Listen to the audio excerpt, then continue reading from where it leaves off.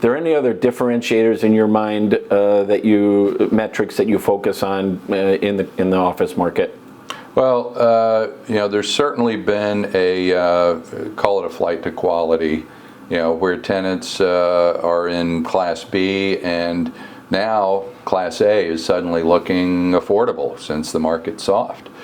That said, the price of Class A has gone up as many of the older, say B- to C+ office buildings, particularly in downtown Albany, have been converted to residential. So upgrading your office at little to maybe no additional cost, because there might be a downsize involved.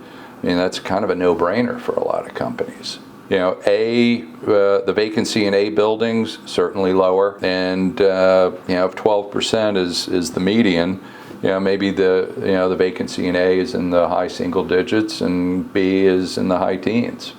Again, great piece of information and kind of a peek behind the curtain on what a commercial real estate practitioner who focuses on office space does.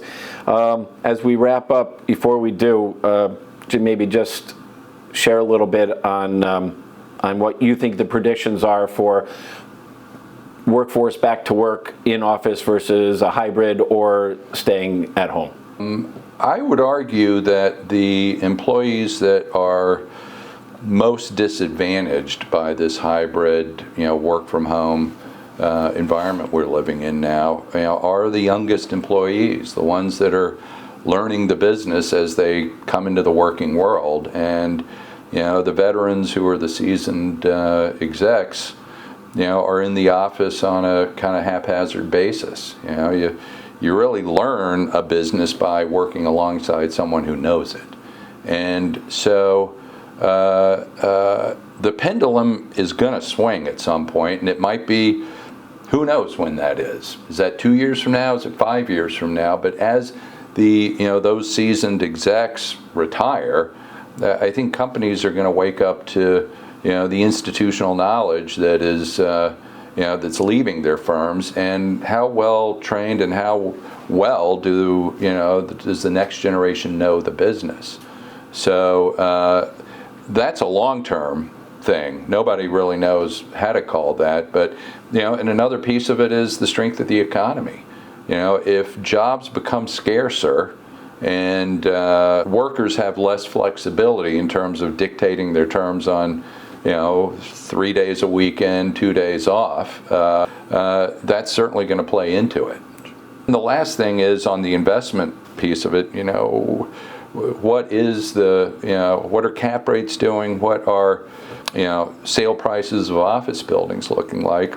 You sell a fully occupied medical office building with a 10-year lease, that's going to be a cap rate deal that's going to go for several $100s a foot. If maybe, I've seen some, $300 to $400 to $500 a foot, based on what those tenants are paying and for the length of the term. If you've got an empty building you're selling, those prices have really come down.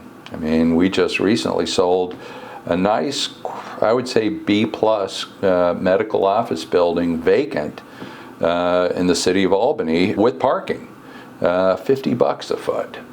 That's the sort of wide disparity that exists right now in the office market. And until you've got more reason for office workers to be physically in the office, I think the Class B office buildings are going to suffer.